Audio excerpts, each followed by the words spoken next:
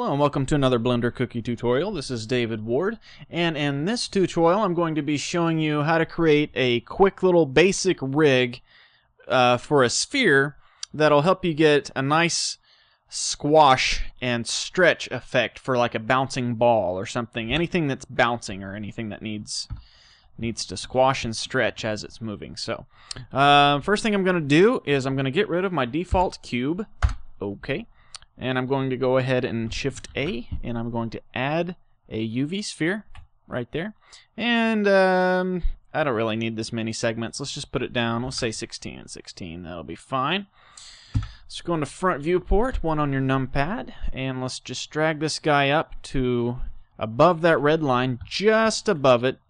We're going to make that our ground plane, more or less. And when we rotate into perspective view, you can see that the grid ground plane there. So that'll act as our ground, or the surface that our sphere is going to be bouncing on. Okay, so we still got our 3D cursor right there in the center of the scene. If for some reason you've clicked off somewhere, you can just hit Shift S and snap the cursor to the center. Boom, puts it right back there where it starts out. Okay, so now I'm going to hit Shift A, and I'm going to add an armature single bone. And so I can see it and see what I'm doing, I'm going to go over here into my bone settings for the armature, and I'm going to change it to X-ray so you can see it through the sphere. And I'm also going to change it to B-bone because you know me, I like B-bones better than any of the other style of bones there. Personal preference, you don't have to use B-bones if you don't want to. Okay, now we're going to go to Object and go down here to where it says Display and change this from Textured to wire, and that way we can see what we need to see as far as the mesh goes, and then the bone will just kind of be just a basic wire shape there. Okay, so let's jump in here, hit Tab to go into edit view, edit mode of our armature, and just grab the tip of the bone, and let's drag it down, and then grab the whole bone itself, and Control Shift S. Oops. Alt Control S, sorry about that. Alt Control S, and we're going to make our bone a little fatter. You notice the further I drag my mouse off screen of Blender, it just keeps going. It comes back and around the surface there, so that's kind of neat. So okay, we'll just drag our bone about so big, about yay big, as we say here in Oklahoma. Now I'm going to go ahead and Shift A, add another bone. You see it went ahead and put the base of it at our 3D cursor. Now if I would have just hit E to extrude from the base bone there, it just would have came out of the tip of that. But I want the second bone, so I'm going to Control Z, undo that. I want this bone to be lined up there at the bottom as well. So I'm going to grab the tip of it. I'm going to drag it up to the very top of the sphere. Let's zoom in here so we can get a nice, accurate representation there. About right. Okay. Now I'm going to Shift A, excuse me, undo that, Shift S, and I'm going to snap my cursor to the selected. It's going to put the cursor right there at the tip of that bone that I have selected. I don't have the bone itself selected, I just have the tip. Okay, so now I'm going to Shift A and do the same thing I did with this footer bone, basically, the bottom bone there. I'm going to drag it down to it's about right there, and then I'm going to grab the bone itself and, excuse me, Control Alt S, and we're going to make it a little fatter as well. There we go. And now one more thing I want to do is, let's go ahead and Control Shift S. My fingers are stupid. Control Shift S. There we go. Cursor to center. Yes. And we're going to add another bone. Shift A. And it just added a short bone here. And I'm going to go ahead and grab that. If I can get a handle on it. There we go. And Control Alt S. Okay, make it fatter. This is going to be the main controller. So about right there will be fine, just so it encompasses everything. And just drag it up there. Okay, so now we have a foot bone, basically, a head bone, a body bone, and a main controller bone. So let's go ahead and name these. Hit N to open up your properties panel here. Select the big bone here, and let's just, where's it at? Not there. Drag down here till you see item. And we're going to name this master. And then select the bottom one, we'll name this one, oh, let's just name it bottom. And then this guy can be center. And then the top one obviously can be top.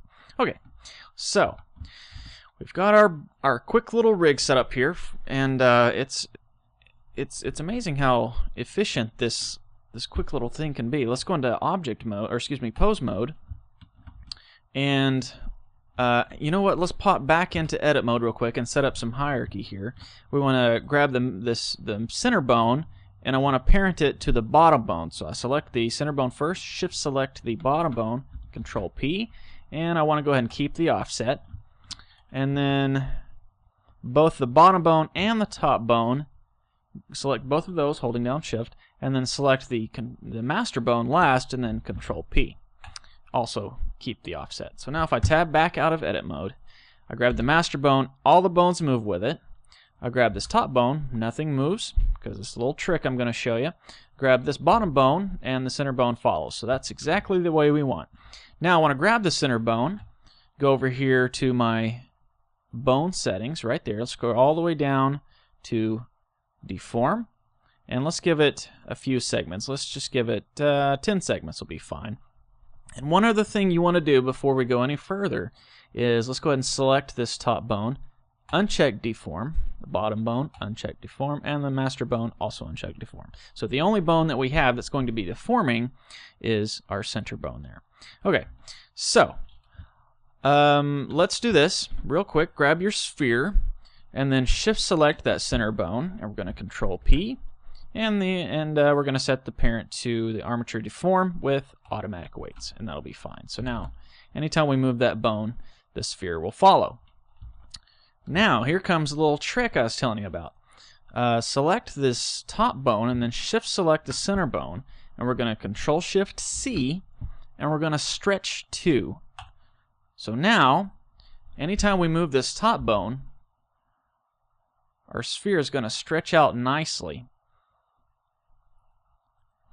and then the bottom bone is going to stretch it upwards. So like when it's bouncing at the top, you know, the energy is going to be transferred up, and it's going to squish this way. Clear that out. And when it hits the ground, the energy is going to transfer downwards, and it's going to squish this way. So one thing, you know what? Let me do something here. This is not having the effect that I was wanting. So let's tab back into edit mode, and let's select this center bone, and it's still connected. You know what? I don't even really need to do what I was about to do, because you can do it over here in your settings. So just select your center bone and just click connected right there. Now the only problem is it moves the tip of the bone up. So when you tab back out of edit mode, you've got your bone is not the way it's supposed to be. So if we go back to our constraints and we hit reset, it'll stretch it back up to the top where it needs to be, but the bottom is no longer where it needs to be down here. So anytime you stretch, it's not gonna stretch at the base of the sphere like we want to. So let's undo that, clear that movement out. Now let's tab back in edit mode here, and let's drag this dot right here. Actually, just grab that bottom bone, and you can drag it down until that dot I just mentioned lines up with the bottom of the sphere. And then we can tab back out and go ahead and grab this bone and hit reset again. There we go. And now, anytime you move the top bone, it's going to squish down around that bottom bone. And then same thing at the top. Well, not the same thing necessarily, because it's not connected to that bone, but this will help when you're getting some nice comical types of stretchy sphere. Boing, boing, boing, like that. Okay, so that's basically the rig setup. Now I'll show you a quick little way to animate this to where it looks nice and fluid and like a nice bouncy ball in a cartoon or something. So let's split our window here like so, and let's go ahead and turn this window into our dope sheet, and slide this over and grab the action editor. Okay, So first thing I want to do is animate the master bone. And let's animate it starting off at the top. And we'll say about right there, at that part of the grid, that section there. So we'll go ahead and hit I to insert location rotation scale keyframe. And let's go ahead and make this window a little smaller so we can see more keyframes over here. Let's go ahead and hit T to clear out the toolbar because we really don't need it anymore. And therefore we don't really even need the properties panel either. So just got our blank window there, blank 3D viewport. So as you can see, we got a yellow diamond here. That means we have a keyframe right there for this object, the master bone. So let's zoom in on our scroll bar here, our timeline, and let's go up to frame 10. So we'll go to frame 10, and we're going to drag this down until it's level with that red line, which again is our ground plane. And there we go. So we got our sphere. Actually, I need to turn on the auto keyframe insertion, and let's do that again. Boom, there we go. Okay, so now we got the sphere falling, and then let's go to frame 20, and let's drag it right back up to where it was, like so. So now we got our sphere falling and going back up. And we'll set up our stretchy bones to do what they need to do, and then we can loop that. Okay, so frame 0 is at the apex, however you want to pronounce it, of the bounce cycle. So that being said, the energy is going to be transferred to the top of the bone. So we need to grab that bottom of the bone and drag it up to where our sphere is nice and squished up at the top, like it hit the ceiling basically, an invisible ceiling sort of. So on our way down, when we hit the ground, we need to clear that out because the energy is now being transferred the opposite way. So let's hit Alt-G, and it automatically inserted a keyframe there. So you can see nice squishy effect when it gets to the top. Now it's going to release that that squish a lot faster than it takes the ball to go all the way down to the ground. So let's go to frame 3. Actually, we start on frame 1, and I want to go 3 frames forward. So let's go to frame 4 actually, and we'll go ahead and drag this down quite a ways past the bottom of the master box. So it's squishing, or it's stretching the sphere now instead of squishing it. So you can see, get a nice release of energy there. Okay, so we kind of got that going. Now, when we get to the bottom, the base of the bounce, we need to squish down. So let's grab the top one and drag it down on the z-axis, squishing the ball. And since we didn't move it at all before, we need to go ahead and hit Alt-G at the very beginning to clear out and give it the default pose, basically, a keyframe there. So now we're not going to get that traveling downward motion until the ball actually makes contact with the ground, which is about we'll go ahead and put it right on frame 9 because it's almost there. So let's go ahead and drag this back up. Actually, just hit Alt-G, and then boom. Actually, frame 10 might be a little too soon to start that ground stretch because it has to actually have time to transfer that. So let's just pop that up to frame 12. So if we look from frame 0 to frame 12, that's looking okay. But we need to immediately do like we did with the stretch bone on the bottom, and we need to do the same thing with the top bone. So by frame 15, this top bone needs to be coming back way up through there. So get a nice bouncy animation there. Okay, so we're not done yet. Traveling up, and then by the time it gets to the apex again, it's going to have cleared out. So Alt-G to clear that. And then also our bottom bone is going to start coming up again. So let's go ahead and let's just go ahead and copy that pose right there over here. Just hit copy the current pose, and then we'll go to frame, go to frame 20 and paste it.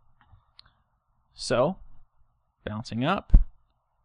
And we kind of have the same situation again that we had with the top bone squishing down the ball. We don't want the bottom bone squishing up the ball until a couple of frames out from the actual apex. So let's grab that and hit Alt-G to clear that out. So we still got that stretched out, and then boom, when it hits the apex, it squishes back. Okay, so if we want to see this loop, we just set our end frame here to frame 20 because that's the entire length of our ball bouncing, and we just hit play and you can watch it. That's a little rough, but you can sit there and play with it until it looks about how you want. Might even, you know what, let's do? To make that a little better, let's go to frame 10, and since our control bone is what controls how high our ball bounces, let's go ahead, actually, I guess it would be frame 0 and then frame 20. And let's go ahead and drag it up a couple of more, even one more grid frame. And then we'll copy that and we'll go to frame 20 and paste it. So now, if we watch it, it's a little bit better.